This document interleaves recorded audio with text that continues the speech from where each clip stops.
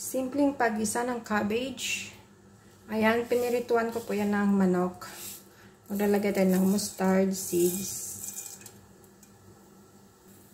Lutuin lang po natin ng saglit.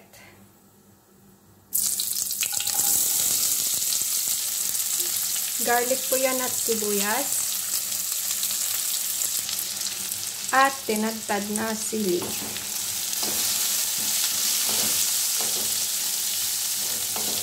Baka first time ko sa inyo ito, napakasarap to guys. Lagay ng mustard seeds. If meron kayo. If wala, simpleng gisa lang. Ganyan.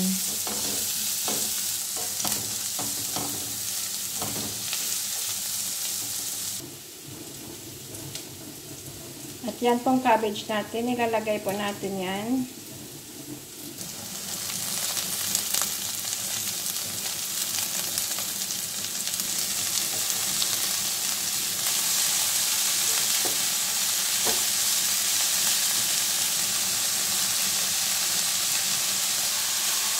Huwag kayong mag-alala, liliit po yan.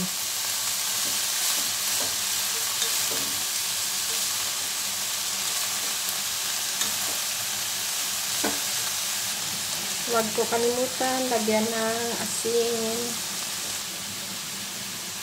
Timplahan lang guys, at okay na po yan. Kung gusto nyo ng makrunchy siya, okay na po to. Kung gusto nyo ng medyo malambot, igisa nyo pa ng konti kahit 3 minutes po, and then ready na po ito. And syempre may partner po tayo dito. Ito pa lang kanyang partner, piniritong manok, and syempre mainit na kanin. So ano, tara na, kainan na.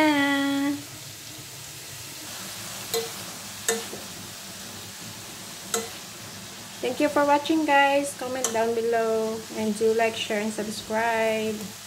Have a nice day.